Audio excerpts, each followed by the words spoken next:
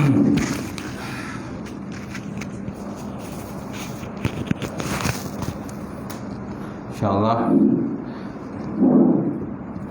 kita mulakan kuliah Maghrib malam ni dengan kita sama-sama membaca Al-Quran. Ila hadratin Nabi Muhammad Mustafa Rasulillah sallallahu alaihi wasallam wa ala al-kiram ashabi rizam sya'ullahu al-Fatihah. A'udzu billahi minasyaitonir rajim. Bismillahirrahmanirrahim.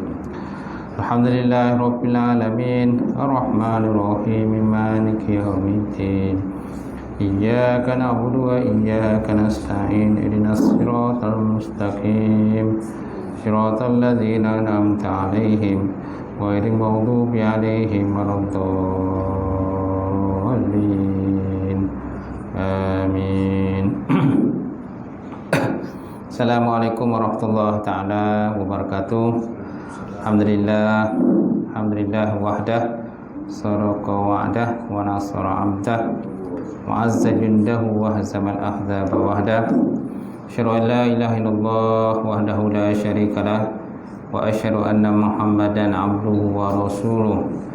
Allahumma shalli wa sallim ala sayyidina wa nabiyina wa habibina syafiina wa zuhurina wa maulana Muhammad imamil muttaqin wa qaidul mujahidin wa ala alihi wa sahbihi ajma'in. Amma ba'd. Qala Allah Subhanahu wa ta'ala fil Qur'anil Karim, a'udzu billahi minasyaitonir rajim. Bismillahirrahmanirrahim. Wal 'asri innal insana lafi khusr illal ladzina amanu wa 'amilus solihati wa tawassaw bil haqqi wa tawassaw bis sabr. Maksudnya demi masa sesungguhnya manusia itu semuanya berada di dalam kerugian kecuali orang-orang yang beriman dan mengerjakan amal soleh serta berpesan-pesan dengan kesabaran, kebenaran dan berpesan-pesan dengan kesabaran. Waqala Nabi sallallahu alaihi wa ala alihi wasahbihi wa baraka wasallam ma yuridullahu bihi khairan yufaqihu fiddin. Maksudnya barang siapa dikehendaki Allah Ta'ala akan kebajikan dan saya berikan kepahaman di dalam agama. Nawaitu ta'alluma wa ta'lim wa tazakkur wa tazkim wa naf'a wa intifa' wal ifadat wa istifadah wal hasa ala tamasuki bi kitabillah wa sunnati rasuli wa du'a ilal huda wa dalalat ilal khairi ibtigha'a wajhillah wal mardatihi wa qurbihi wa sawabihi subhanahu wa ta'ala. InsyaAllah yang Fadil Tuan Imam kita, suruhnya yang semulakan Al-Fadil Tuan Bilal, kemudian jawatan kuasa surau, sidang jamaah muslimin muslimat, mukminin mukminat wa ta'ala. Alhamdulillah, kita panjatkan puji serta syukur kepada Allah Subhanahu wa ta'ala kerana dengan limpah kurnia serta rahmat daripada Allah lagi kita dapat bersama malam ni. Kita sambung kitab Bidayatul Hidayah karangan Imam Ghazali ke dalam bab akhlak dan juga tasawuf. Baik.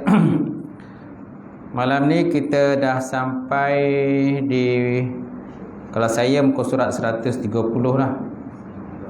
Tuan-tuan muka surat apa? 120. Menjaga kemaluan kan? Masih lagi dalam bab meninggalkan maksiat, cara-cara meninggalkan maksiat. Yang kelima itulah menjaga kemaluan. Maka naklah kamu, kata musannaf, maka naklah kamu menjaga kemaluan daripada apa-apa yang diharamkan, apa-apa yang diharamkan oleh Allah Ta'ala.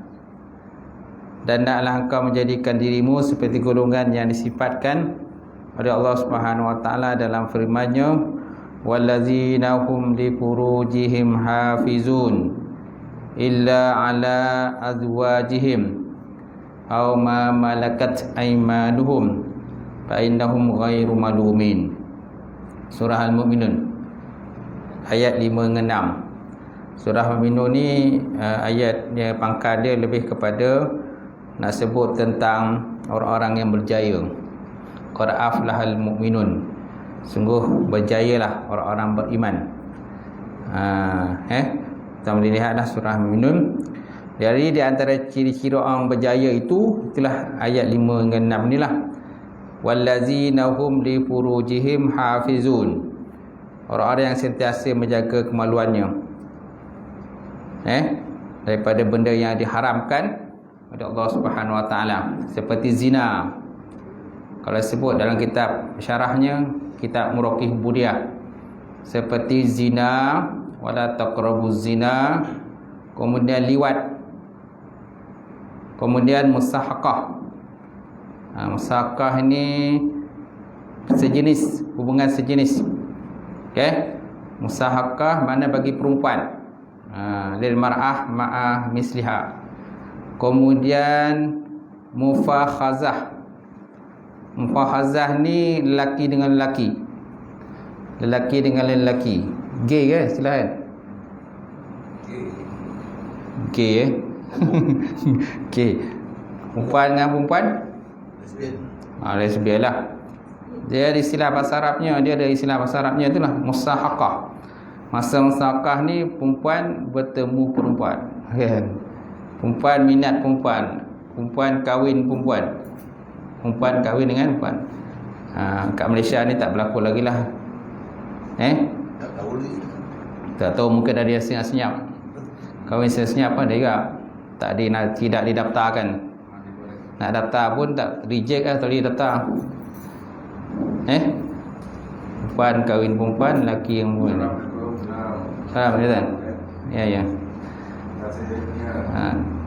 Dan mufakhazah, bahasa Arabnya mim fa alif kha zal ta marbutah. Mufakhazah mana lelaki bersama lelaki, sejenis ni lah. Dan mengeluarkan air mani dengan tangan sendiri. Mengeluarkan air mani dengan tangan sendiri, namanya istimta' bil yadi. Kemudian wal wathi fil haid, bersetubuh pada masa haid. Bersetubuh pada masa haid dan masa suci sebelum mandi.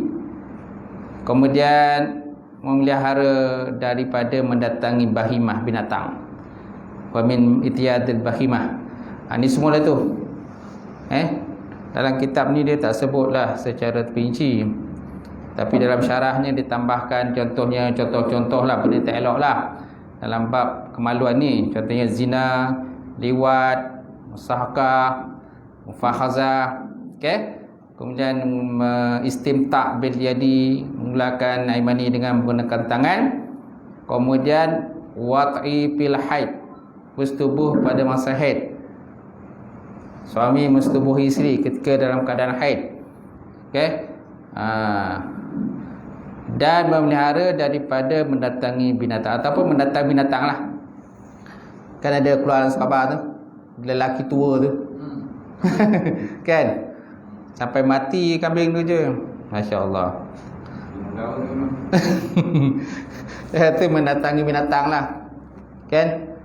Mungkin dia punya nafsu seks dia tu kuat lah kan. Ada rumah tak? Tak ada isi kan? Tak ada isi, yang parah tu.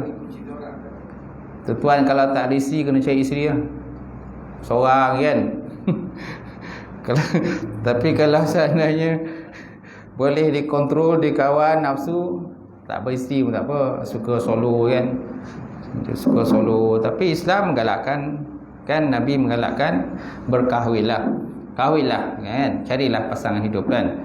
Macam tu, supaya hati kamu cenderung pada dia. Supaya hati kamu menjadi tenang, supaya hati kamu menjadi tenang, kan? Tenang, cemerlang, gemilang, terbilang. Betul tak? Itu semua lah tu. Baik. Kemudian kata Allah Ta'ala tadi, wallazina hum li furujihim hafizun illa ala azwajihim aw ma malakat aymanuhum fa innahum ghairu malumin. Dan mereka selalu menjaga kemaluan mereka terhadap isi-isi mereka atau apa-apa yang mereka miliki daripada hamba jariah, pada mereka tidak tercela. Macam tu. Zaman sekarang ni banyaklah benda-benda yang pelik-pelik lah berlaku lah. Sebabnya tak, itu sebabnya musibah selalu datang, bala bencana datang. Itu salah satu sebabnya lah. Sebabnya bala kan maksiat, dosa manusia dan sebagainya. Allah Ta'ala nak kifarahkan supaya kita semua kembali kepada Allah Subhanahu Wa Ta'ala. Allah Ta'ala datangkan bala bencana, banjir dan sebagainya. Sebenarnya Allah Ta'ala tu sayang kat kita. Dia nak tegur kita lah, tegur kita kalau kita buat silap dan sebagainya. So janganlah salahkan Allah Ta'ala pula. Gitu. Kerana Allah Ta'ala tidak pernah menzalimi akan hamba dia. Kan? Wa ma Allah Ta'ala sebut, dia kata aku tak pernah menzalimi akan hamba. Aku tak pernah zalim. Zulamin lil ibad. Aku tak pernah menzalim hamba. Tapi yang menzalim tu ialah hamba sendiri. Hamba itulah yang zalim. Banyak dosa dan juga kesalahan. Baik. Jadi kata dalam syarahnya, dia kata hendaklah kamu menjadi seperti orang yang Allah Ta'ala katakan tadi, dalam masalah kemaluan tadi. Kemudian dan jaga kan hubungan kita dengan Allah Subhanahu Wa Ta'ala. Dan jangan buat benda tak elok lah. Kalau di Malaysia tu tak ada satu kes, dan tengoklah dalam FB kan, seorang ustaz, tak, seorang ustaz pondok pesantren, dia telah kata memperkosa kan santri dia, pelajar perempuan dia, sebanyak 21 orang. 21 orang. Ada yang santri tu hamil lah. Entah ada baca tak? Di Hindun lah. Ditulis itu guru pondok pesantren. Dia tulis itu guru pondok pesantren, tapi ada yang bidas lah. Sepatutnya perkataan pondok pesantren itu tak boleh digunakan. Sebab dia asalnya bukan pondok pesantren. Dan sekolah tu pun tak berdaftar pun. Kalau ikut pada pondok pesantren betul, tak ada akhlak macam tu tu. Tak ada akhlak macam tu kan. Tapi itulah yang berlaku lah. Dan dah ditangkap semua. Dah kena tangkap. Dan kalau ikut dia yang terbaru, dia akan dihukum tembak mati ya. Ada yang menyatakan akan dikembiri lah alat itu. Alat itu kembirian. Power sangat lah kot alat dia. Jadi mak bapak telah memberi kepercayaan kepada dia untuk beri didikan agama pada anak dia orang. Tapi lainlah cerita gitu. Jadi dia orang kesalah dengan apa yang berlaku kan. Tapi benda ni tak sampailah ke Malaysia. Benda tu ada dalam internet, boleh carilah Google. Dalam internet. Baik. Jadi kan, kemudian dan engkau tak dapat menjaga kemaluanmu kecuali apa-apa yang engkau menjaga matamu. Kita tak akan dapat menjaga kemaluan kita kecuali apa-apa bila engkau menjaga matamu daripada melihat yang haram. Kerana punca daripada benda-benda yang tak elok ni biasanya punca daripada mata lah. Kan? Mata yang tidak dikawal pandangan. Macam tu. Kemudian antara lain lagi pergaulan lah. Betul tak? Pergaulan bebas dan sebagainya. Kerana ada yang jenis orang kata baru berkenal, baru chat kan, baru dapat berkenal seminggu 2 minggu dengan orang kata dengan dalam internet lah. Baru nak kenal-kenal, lepas tu dah keluar pergi jalan-jalan berdua. Itu yang jadi macam tu. Dating kan. Benda tak elok boleh berlaku. Bebas sangatlah. Antara sebab daripada perzinahan ini bebas. Lepas tu dari segi apa lagi? Didikan agama kurang didikan agama. Macam kes yang ustaz tadi pun, itu dah ada didikan agama tapi tak betul lah. Ustaz pula kan jadi buat macam tu. Ada kes di Malaysia pun pernah ada kes meliwat kan. Ustaz meliwat pelajar kan, ada kes macam tu. Syaitan lah dia dah dikuasai oleh syaitan. Bila syaitan dah kuasai, walaupun kau agama ke, kau dah ahli agama pun boleh berlaku jugalah kalau tak dikawalkan je tu. Nafsu keinginan tu. Betul tak? Jadi kalau pada orang alim pun berlaku, apalagi kalau orang jahil, begitu pula. Tapi yang banyak dihighlightkan kadang benda orang ustaz tu yang dihighlightkan. Jadi seorang yang buat kerja tu habis lain semua terpalit. Pada seorang ustaz kan? Pada seorang pada ustaz. Sedangkan buat tu orang tertentu aja. Bila orang tertentu. Jadi orang masyarakat memberi anggapan yang tak elok lah pada ustaz ni. Bukan semua pun yang buat sebenarnya. Baik. Dan kau tak akan dapat menjaga kemaluanmu kecuali apa-apa bila engkau menjaga matamu daripada melihat yang haram, dan menjaga hatimu supaya jangan berfikir bukan-bukan. Kemudian jaga perut. Jaga apa? Perut. Okey. Kerana makanan syubhat atau berlebihan pun boleh juga menyebabkan dorongan nafsu. Okey. Dan menjaga perut daripada makanan syubhat atau berlebihan, daripada makanan haram, makanan yang halal berlebihan. Kerana semuanya itu adalah penggerak kepada syahwat dan merupakan punca berlakunya syahwat. Macam tu. Itu sebab dalam konteks Islam ni Nabi mengajar siapa yang tak mampu berkahwin maka naklah berpuasa.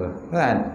Ya ma'syaris syabab man istata'a minkum ba'ah falyatazawwaj fa innahu aghadul basar wa ahsanu lil farji fa in lam yastati' fa alaihi bis-shaum fa innahu wija'. Kata Nabi, wahai pemuda, barang siapa yang mampu berkahwin maka naklah dia berkahwin.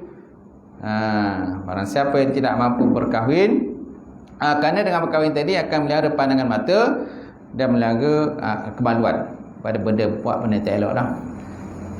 Fa'in lam yastati', kalau kamu tak mampu disebabkan oleh tidak ada dana, tidak ada kewangan, tidak ada pekerjaan dan sebagainya, tak ada pula orang sponsor tu kan. Sponsor pun tak ada. Dah lah duit tak ada.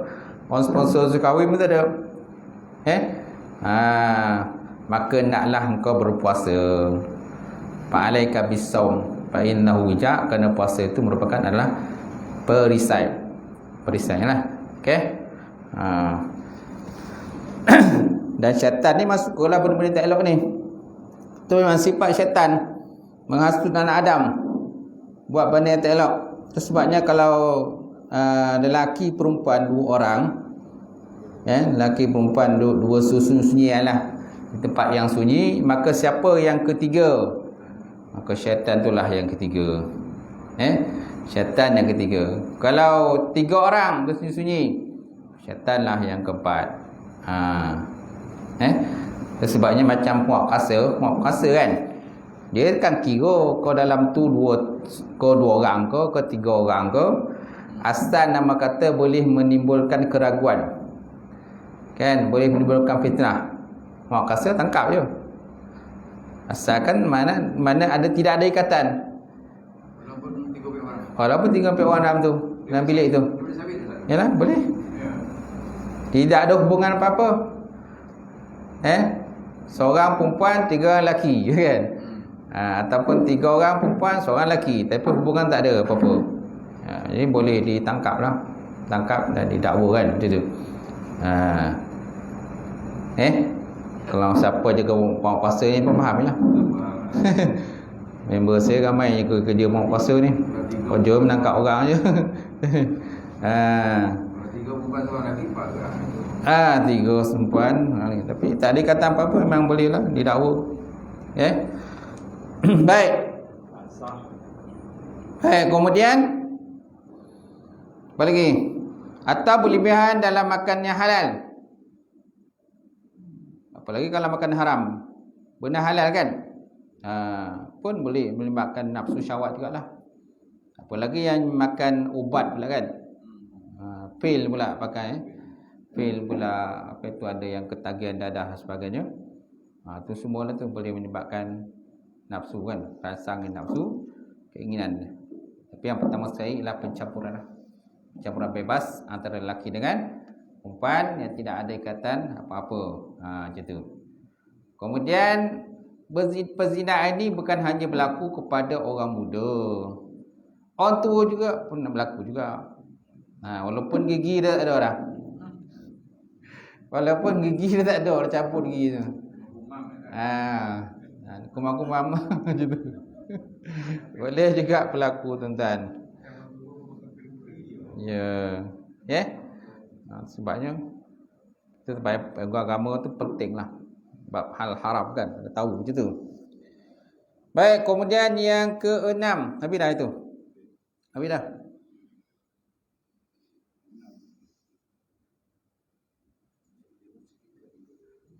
Tak banyak tak banyak pembahasan dia. Menjaga kemeluan ni tak banyak. Dia yang banyak tu dalam kitab Penawar Hati tu, yang kita dah baca dah. Penawar Hati dia banyak dah sikit lah berkenaan menjaga kemaluan ni. Kemudian syarah dia pun ada syarah dia. Dia ada syarahnya Ustaz Muhammad buat tu. Qalbun Salim nama kitab dia. Syarah kepada Penawar Hati, kitab Qalbun Salim. Itu banyaklah penambahan terdapat dalam kitab tu. Saya ngajar kitab Qalbun Salim ni di Tampin. Surau Seri Mutiara di Tampin. Sebulan 2 kali.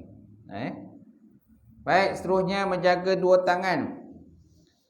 Maka hendaklah kau menjaga kedua tanganmu daripada memukul seorang Muslim dan daripada mencapai sesuatu yang diharamkan atau menyakiti sebarang makhluk Allah Subhanahu wa ta'ala.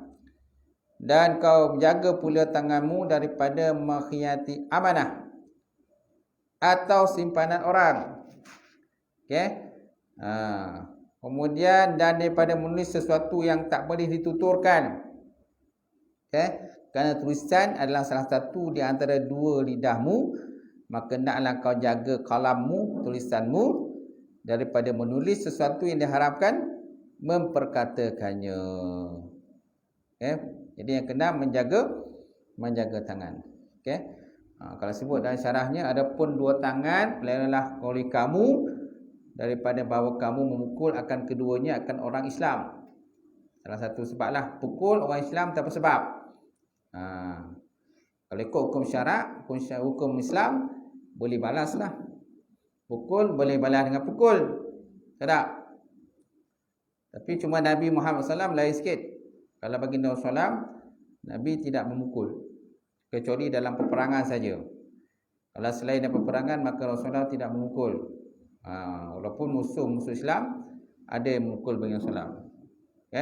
Contohnya Abu Jahal, Abu Lahab dan sebagainya memang sentiasa mendendangi Rasulullah sallallahu alaihi wasallam. Baik. Kemudian ataupun memukul kafir zimmi.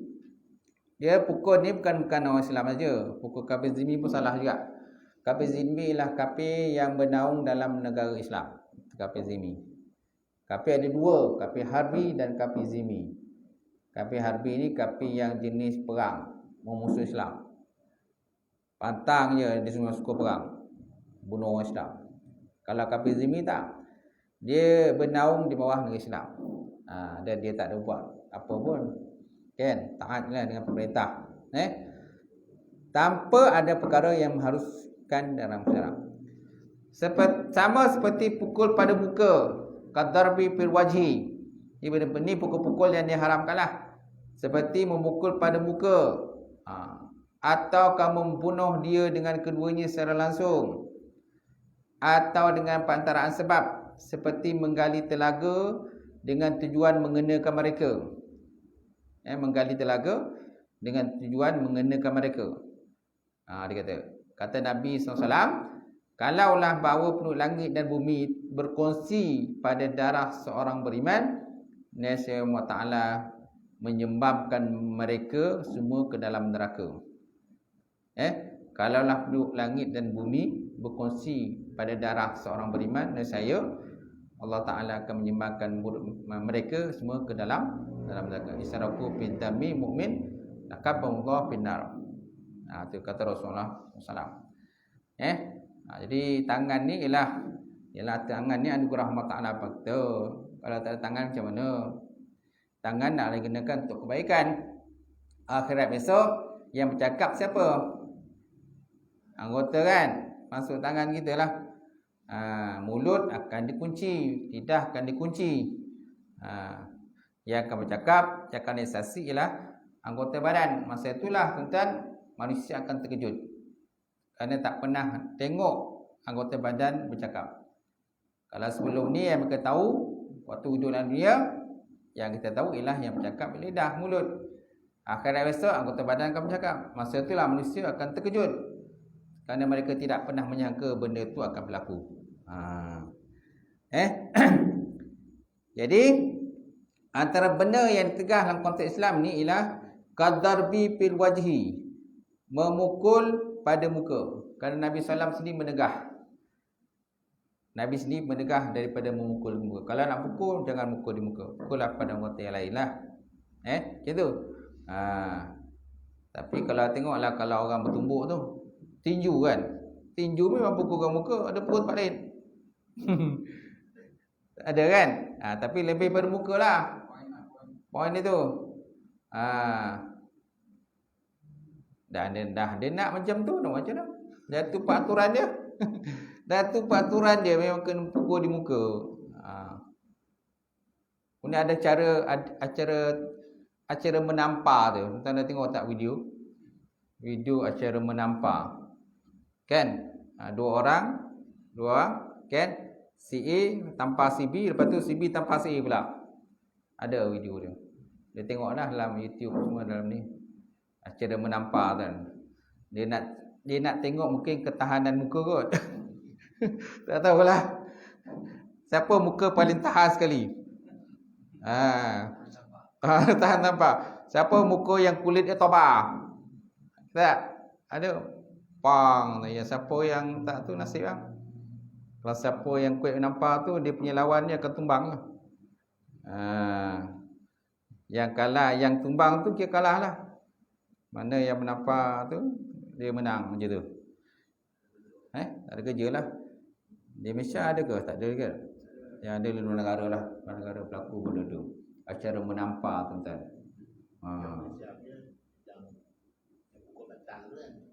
Itu bukan bantal lah. Itu acara apa tu? Acara aja tu. Itu macam sukan deka je kan. Kat tepi pantai tu. Ataupun kat sungai kan. Macam tu.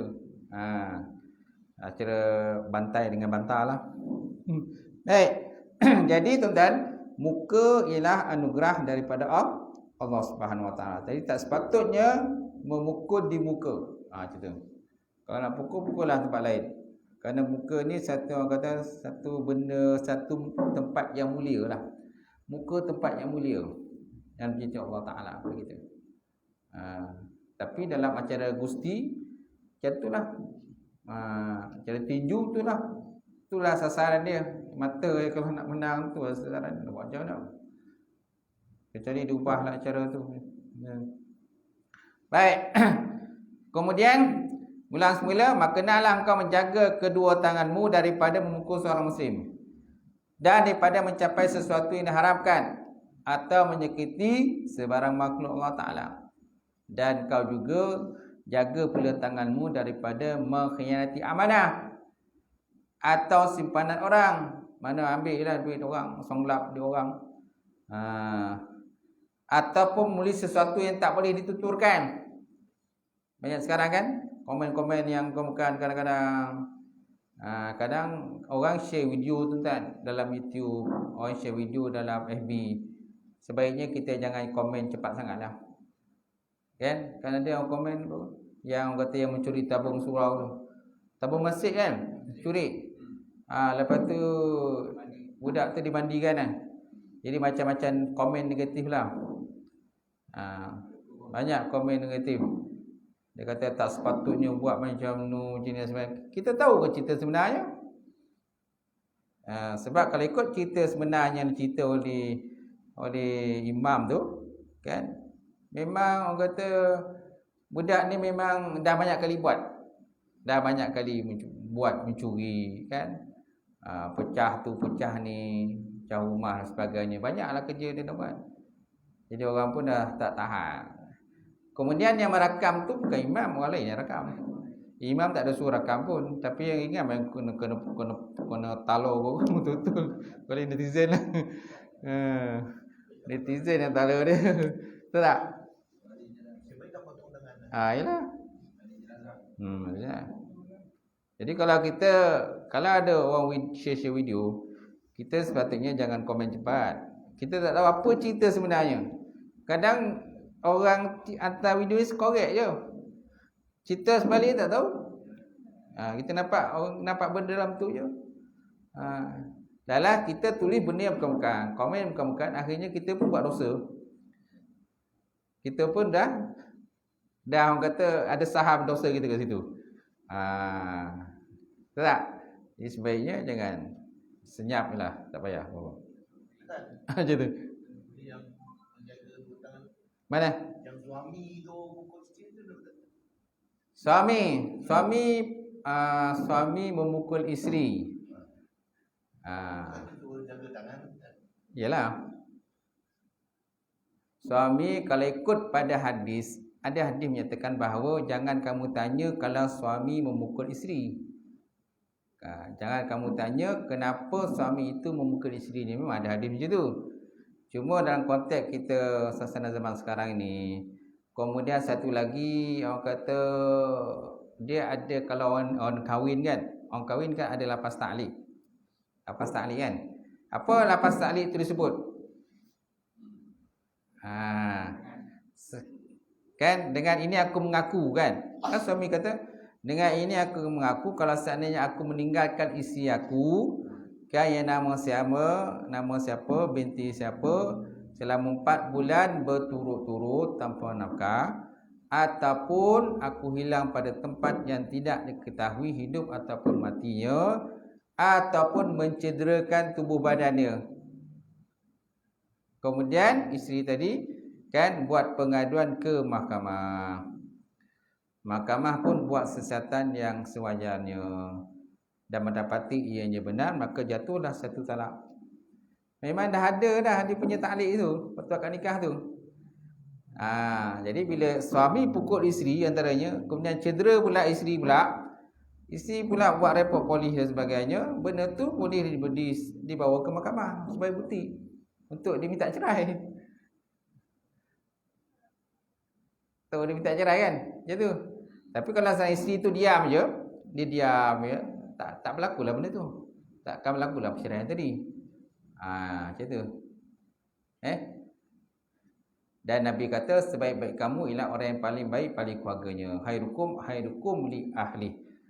Sebaik-baik kamu ialah orang yang paling baik pada ahli keluarganya. Bukannya kan seburuk-buruk kamu orang yang paling buruk pada ahli keluarga dia. Bukan sebaliknya macam tu. Kerana Nabi sendiri pun tak pernah memukul isteri baginda Rasulullah SAW. Nabi tak pernah memukul isteri baginda. Cuma dalam konteks Islam kan ada masanya diboleh suami itu memukul isterinya kalau seandainya isteri itu tidak patuh dan tidak taat pada perintah dia. Kan boleh, memang ada dalam Quran macam tu. Kan boleh pukul dengan pukul yang tidak mencederakan tubuh badan dia. Dan boleh pisahkan tempat tidur kan disebut. Boleh pisah tempat tidur kalau isteri tidak taat. Kurang supaya isteri itu kembali semula taat pada dia. Cuma kalau pukul sampai mencederakan, itu dah lengkeh lah tu. Pukul cendera mana isteri dah jadi sasaran. Apalagi kalau suami itu ahli gusti ke, ahli tinju ke, lagi pula ahli silat dan sebagainya. Kan? Jadi dia melepaskan dia punya kemarahan tu lah kepada isteri dia. Tak ada yang kes macam tu. Kan pernah ada kes dulu keluar tu sampai koma kan. Ada kan suami tu dia pukul isteri dia, pukul koma kan. Yang dekat Johor tu, tapi dia perempuan tu orang Senayan. Dia Senayan ni. Kan? Perempuan tu mengandung. Saya tak pasti dah lahirkan anak pula ke belum. Kan masuk STJ hari tu, cerita apa. Sekarang ni adik dia jaga. Yang lelaki tu memang dah kena tangkap dah. Suami tu dah kena tangkap. Sebab dia pukul mencederakan koma. Tengkorak dia pecah ke apa sebab memang koma lah, tak tahu apa. Motai.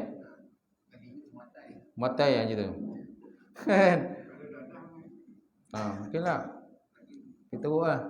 Sial lah kita tengok kan. Puan dia kudrat dia pun tak kuat. Perempuan kudrat tak kuat. Tapi kau pergi bantai, sepatutnya kau jaga dia sebagai baik. Bukan kau pukul dia. Dia pergi pukul isteri dia. Lepas tu lari. Jadi anak-anak dapat orang tangkap. Boleh dapat tangkap lah. Dapat aduan dapat semua kan. Sekarang ni dia tinggal dengan adik lah. Tapi dalam keadaan koma je lah. Koma, jadi kalau makan tu pakai ubat tu, masukkan ubat. Dia punya adik dia masukkan ubat je tu, mengandung. Baby dia okey, sihat. Cuma tak tahu dah pasal ni ke belum, tak tahu. Kat Senayan. Ni ada keluar dalam TV kan. Dalam FB pun ada keluar apa tu, tentang boleh Google cari lah. Baik. InsyaAllah itulah yang berlaku tu kan. Jadi manusia ni apabila hilang pertimbangan macam itulah. Itulah yang berlaku. Dan baik. Kemudian kalau sebut dalam syarah dia kata atau kamu mencapai yang keduanya akan harta haram seperti yang didapat mengurangkan sukatan. Mengurangkan sukatan atau pertimbangan dengan cara curi, atau kamu menjagiti dengan keduanya akan seorang daripada makhluk seperti XX dan menolaknya, atau kamu melakukan khianat dengan keduanya pada amanah ataupun wadiah benda simpanan. Barang yang amanah itu barang yang disuruh kita meliharanya, yang berada pada orang yang diamanahkan. Wadiah ialah apa yang ada di sisi kamu daripada harta orang lain. Itu wadiah. Wadiah waw dal ya ain ta marbutah wadiah. Wadiah ma yakunu indaka min mali ghairi. Wadiah, harta wadiah ialah apa yang ada di sisi kamu daripada harta orang lain. Macam tu. Dia lebih buanglah sama dengan amanah tu kan. Benda yang amanah kepada kita. Kan? Di antara benda yang tak elok tadi jadi mengurangkan sukatan. Mengurangkan sukatan, menipu sukatan, timbangan dengan cara mencuri. Kan? Ni pun cara mencuri juga tu. Ni benda yang diharamkan. Makan benda yang tak elok lah. Benda hasil daripada benda curi, khianat, menyurangkan sukatan. Meletakkan barang yang contohnya mencampur adukan barang kualiti dengan tak kualiti dalam satu tempat. Kalau pada zaman Nabi dulu ada yang berlaku, penjual yang berlaku di pasar, dia meletakkan yang baik di atas, yang buruk di bawah. Jadi tersembunyi yang buruk tu. Jadi bila dia sukat tu dia kaut semualah. Macam tu. Kalau di negara luar pula, saya tengok dalam video tu, orang jual bawang ke, jual buah dan sebagainya, dia pamerkan buah yang baik-baik tu dipamerkan.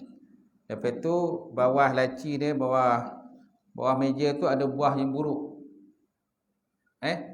Buah yang baik diletakkan di atas, buah yang buruk diletakkan di bawah. Jadi customer datang, dia pilihlah buah yang baik tu, dia masuk dalam plastik. Waktu dia ikat-ikat tu dia tukar. Dia ambil yang buruk tu dia keluarkan. Ikat-ikat. Dengan waktu tu customer tu tak nampak. Ada berlaku, ada video dia. Kita boleh tengok. Ada jumpa kan? Tapi tak berlaku di Malaysia lah. Takut di Malaysia. Kan? Pandai taktik lah. Dia nak tukar barang yang tak elok tu letak bawah. Buah leci bawah ni lah. Bawah meja dia, barang-barang buah-buahannya baik di atas. Jadi customer pilih atas, masuk dalam plastik. Waktu ikat tu dia tukar dengan secepat mungkin. Ikat. Sedangkan dia dah ambil yang buruk tadi bagi pada. Nampak? Penipuan lah.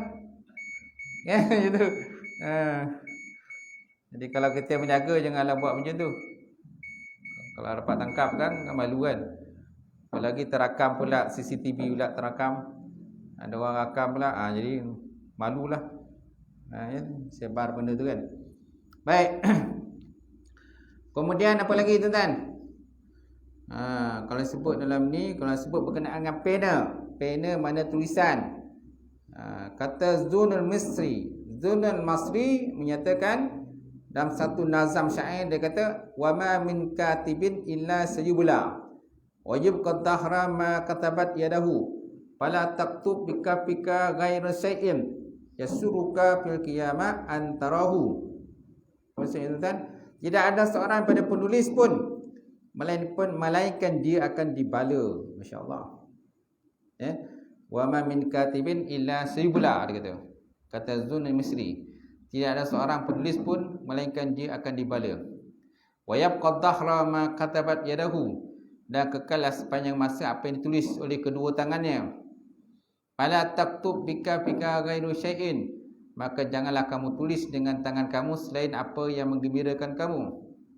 Yasuruka fil qiyamah antarahu, di hari kiamat kelak kamu akan melihatnya. Di hari kiamat pula kamu akan melihat apa yang kamu tulis. Itu bahaya yang menulis ni, mengomen kan. Kita mengomen. Tapi kalau kita tulis benda-benda yang baik, komen-komen yang baik, komen-komen dalam bentuk doa, kan tu lebih baik. Lebih baik daripada kita komen benda yang tak elok. Kita tengok kalau komen yang tak elok. Kalau masa politik lah, pilihan raya, tengoklah. Kalau time pilihan raya, tengoklah. Macam-macam komen yang tak elok, tuan-tuan. Biasanya yang lawan dia lah, lawan parti dia tu. Itu kan. Apa lagi? Kalau bola sepak macam tu juga. Bola sepak live kan. Kalau dulu bola sepak hanya dalam TV je, jadi tak boleh nak komen. Sekarang ni bola sepak live kan, dia akan badminton kalau contohnya Malaysia lawan Indonesia. Mula tu macam-macam komen dalam bawah tu. Sebab dia boleh disambung dengan FB secara live. Kat FB ni dia boleh komen. Orang boleh komen tentang permainan tu lah. Tu yang macam-macam, komen elok lah, komen tak elok, macam-macam lah. Dulu tayangan kat TV orang tak boleh nak komen. Kan ni dah sambung dengan FB, boleh komen. Macam-macam komen. Tak berguna lah, bangang lah. Orang tu dah main dah macam-macam cara nak main kan. Dah usaha kerja bola lah. Bila main tak kerja bola, pemalih lah kata. Tak boleh harap lah, keluar lah kata. Macam-macam lah komen tu tentang bola tu. Betul. Okay? Alih gol kan. Tapi banyak benda yang kadang menyakitkan hati lah dia tengok komen tu. Dah baik tak payah baca komen tu kan. Kadang saya malas nak baca lah. Saya tengok je main. Menang kalah tak kau. Boleh tuan kemudian ketujuh. Dah azan dah? Dah, okey, insya-Allah. Cukup sekadar tu menjaga kedua kaki. Insya-Allah akan datang kita sambung lagi pengajian kita menjaga dua kaki. Wallahu a'lam bissawab. Ada soalan?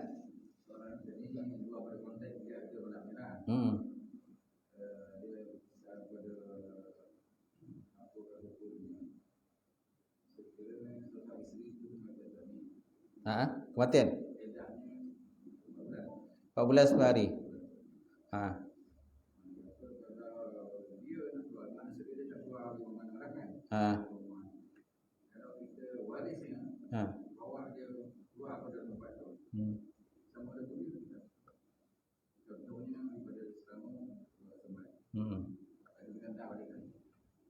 Boleh kalau ada urusan yang penting.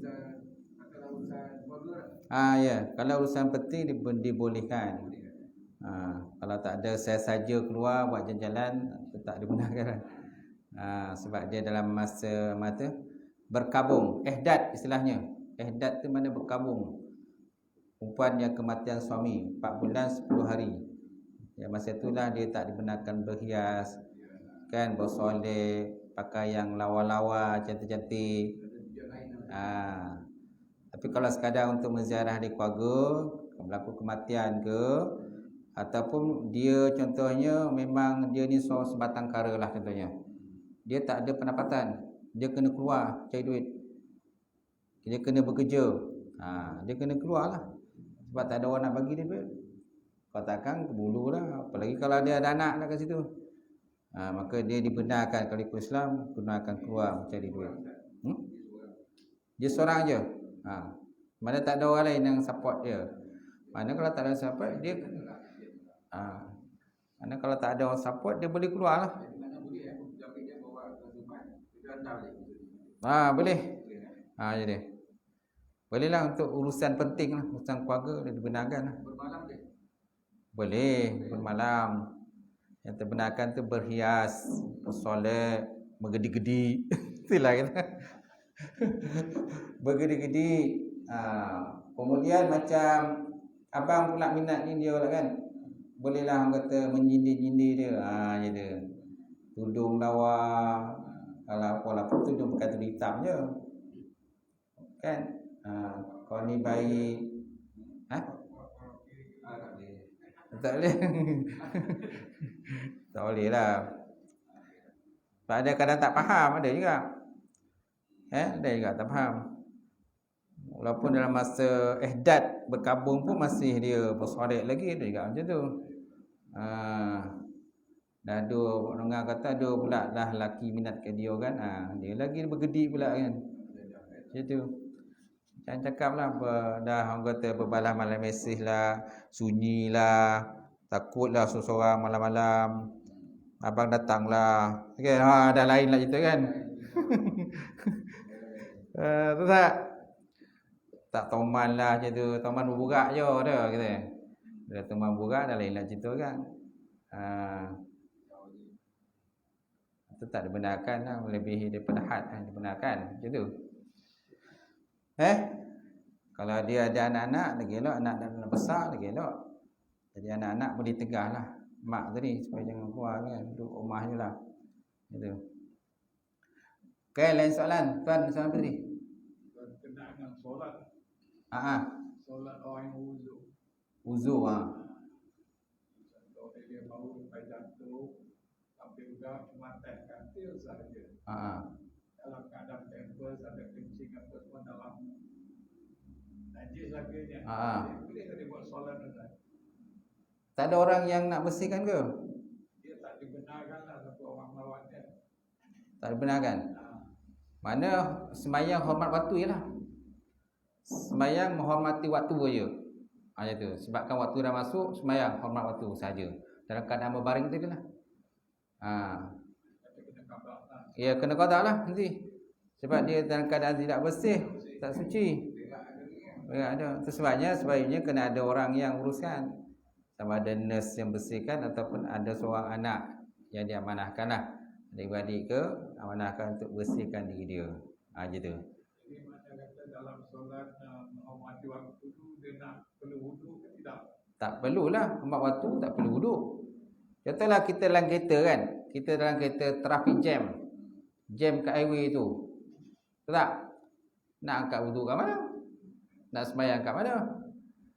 Jadi sembahyang hanya menghormati waktu saja. Nanti bila dah sampai pada tempat tu, tempat yang kita nak tuju, kenalah qada semula. Macam tu. Yes, kena ganti balik. Andainya ada orang tolong menyucikan bersihkan tu. Cara wudu dia macam mana Ustaz? Cara wudu macam wudu biasalah. Tak, maksudnya dengan segelas air ke? Boleh. Asal kalau cukup air tu segelas, elok. Sikit-sikit lah sapu kot dia. Mana orang tu tolonglah sapu, kan niatkanlah untuk dia. Di semua anggota ke ataupun anggota wuduk je. Anggota wuduk saja. Boleh kena air tak? Kalau boleh kena air, kena air. Kalau tak boleh kena air, kenalah tayamum. Macam tu. Kalau anggota wuduk tu boleh kena air, basuhkanlah muka untuk dia. Basuhkan tangan untuk dia. Tangan kiri, tangan kanan. Lepas tu ni kan rambut kan sekurang-kurangnya 3 helai rambut. Lepas tu kaki dia macam tu. hanya sekali lalu ke 3 kali lalu Ustaz? Yang air sikit. Sekali je lah, ambil yang wajib je lah. Tapi kalau air tu banyak boleh 3 kali. Kalau tak cukup, sekali je ambil yang wajib je lah. Sekali macam tu. Dia boleh niat tak? Sedar tak dia? Kalau dia sedar, maka wajib kena sembahyang. Syaratnya sedar. Atas nama kata dia sedar, wajib kita sembahyang. Walaupun keadaan wuzu macam mana pun, dalam keadaan macam tu pun, kena juga sembahyang. Kena, mana namanya sembahyang menghormati waktu namanya. Nanti kalau dah sihat nanti, qada lah balik. Nanti dah balik. Gitu. Boleh? Okey. Itu je. Sembahyang tu sama ada dia kaki dia menunjuk pun boleh tak? Kaki menunjuk kiblat kan? Kaki menunjuk lah. Bila kaki menunjuk tu maknanya kepala tu kena letak bantal, kena tinggi sikit. Kalau kaki menunjuk ke kiblat. Ataupun ke mengereng pun boleh tak? Mengereng. Dia ada dua cara. Satu menunjuk ke kiblat, satu lagi mengereng. Macam tu. Kalau menunjuk ke kiblat tu maknanya kepala tu kena ada bantal. Duduk atas bantal. Jadi bila kita rukuk tu angkatlah sikit kepala dia. Kemudian kalau sujud tu angkat lebih sikit kepala dia. Macam tu. Kan? Sebab dia tak boleh nak bangun. Macam tu. Kalau dia boleh duduk lagi elok. Sembahyang duduk kan? Sembahyang duduk sampai menghadap kiblat. Macam tu. Kena siapkan dia punya side dia tu. Betulkan side dia tengah ada kiblat tu. Menghadap kiblat. Buat duduk lah. Kan bila rukuk kan macam mana lah. Betul tidak macam mana. Sujud kan lebihlah sikit. Macam tu. Macam tu. Lebih sikit. Sebab kalau dia terbaringnya tu sama ada menunjuk ke kiblat dan kepala tu letak bantal semua kan, tinggikan sikit kan, ataupun mengereng gitu dengan mengereng lambung kanan lah.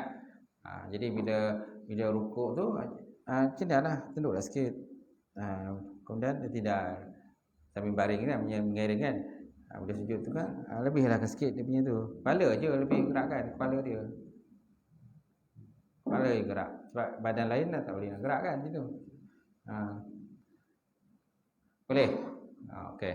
Itu saja. Lain soalan? Habis insya-Allah. Auzubillahi minasyaitonir rajim. Bismillahirrahmanirrahim.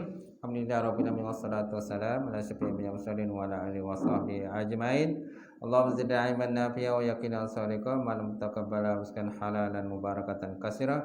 Wasi'an ya fata ya alim nawilana qulubana bi nuri ma'rifataka wa tahlana fil arifin. Allahumma faqina fid din, Allahumma faqina fid din. Allahumma ja'al hadza jam'al marhuma wa tafarruqana min ba'di tafarruqal ma'suma. Rabbana iftah bainana wa baina qaumina bil haqq wa antal fatihim. Rabbana faghfir lana dzunubana wa kaffir 'anna sayyi'atina wa tawaffana ma'al abrar. Rabbana atina fid dunya hasanah wa fil akhirati hasanah wa qina azabannar. Subhana rabbika rabbil izzati amma yasifun wa salamun alal mursalin. Alhamdulillahi rabbil alamin. Qabbalallahu minkum.